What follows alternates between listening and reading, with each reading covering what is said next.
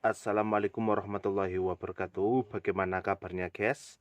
Kembali lagi kita di channel Petani Desa, channel penuh inspirasi dan ilmu pengetahuan. Oke teman-teman, pada kesempatan kali ini kita akan menyampaikan kepada kalian semuanya tentang pupuk spray atau semprot tanaman cabai teman-teman. Oke, jangan lupa like, subscribe, dan komen. Oke teman-teman, ini seperti biasa, ini kita menggunakan tangki berukuran 15 sampai 16 liter air. Nah, kita biasanya menggunakan sprayer dengan 4 lubang seperti ini. Nah, perlu diketahui teman-teman, untuk pemupukan cabai ini kita bagi menjadi 2 tahapan, yaitu yang pertama, di semua tanaman ada yang namanya fase vegetatif dan generatif.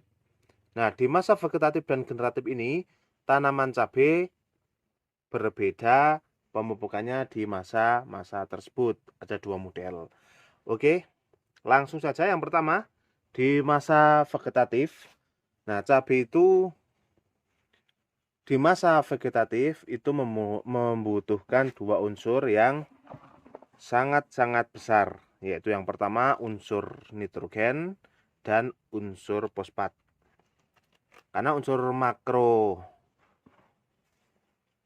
sekunder itu ada N, P, dan K. Nah, di masa vegetatif ini cabai menggunakan 2 unsur yang sangat dibutuhkan oleh tanaman cabai, yaitu N dan P.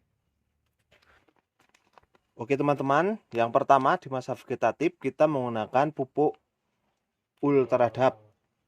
Ini dari Pak Tani, kalau dari Merauke ada namanya MAP.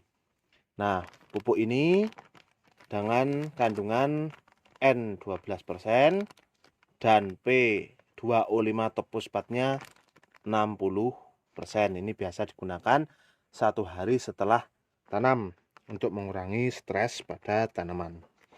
Oke, kemudian teman-teman, yang kedua itu kita menggunakan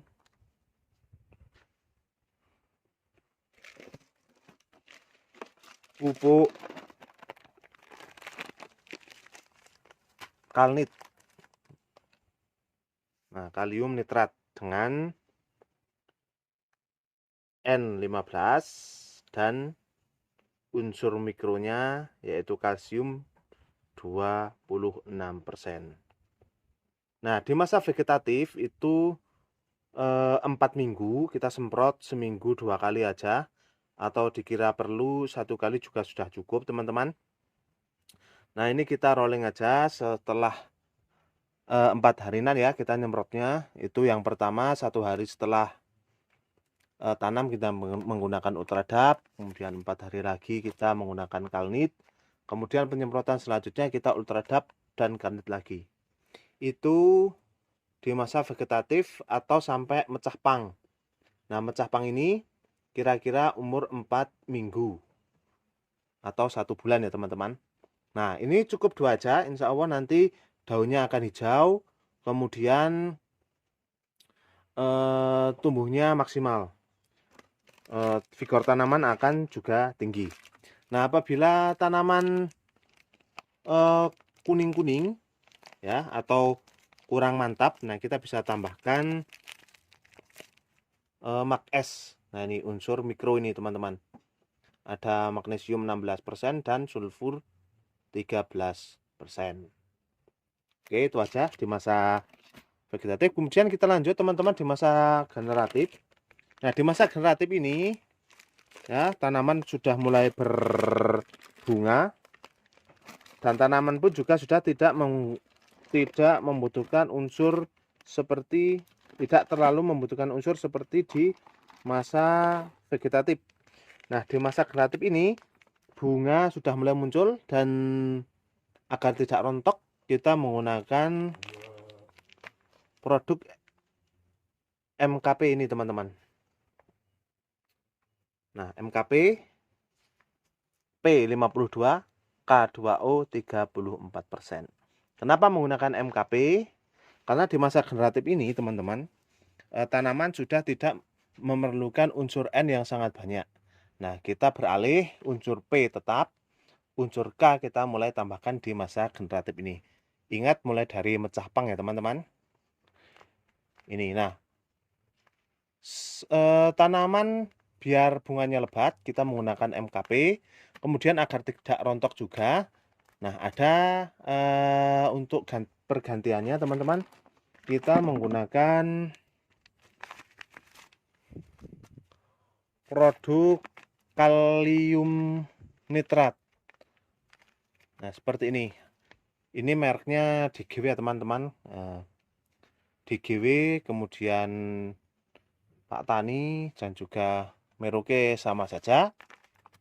Nah, teman-teman cari yang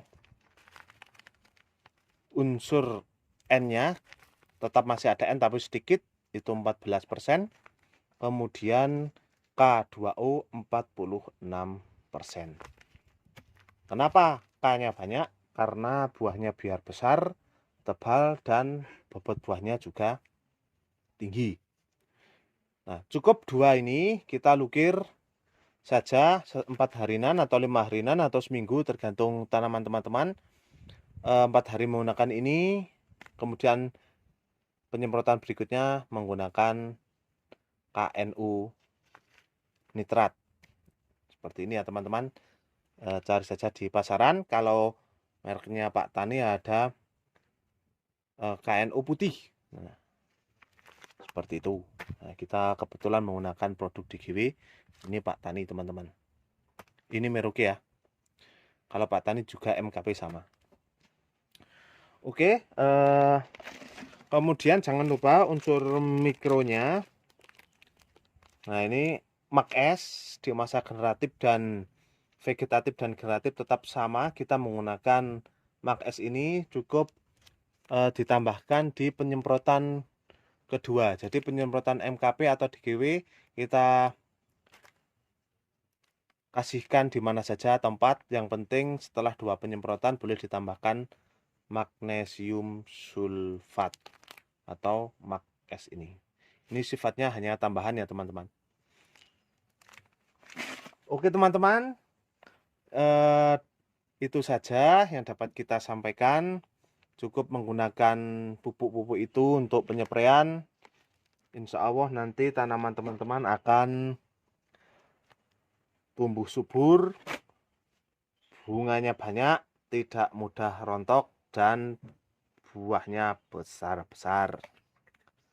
Nah, ini teman-teman, untuk tipsnya, jangan menyemprotkan menggunakan insek ya, pupuk.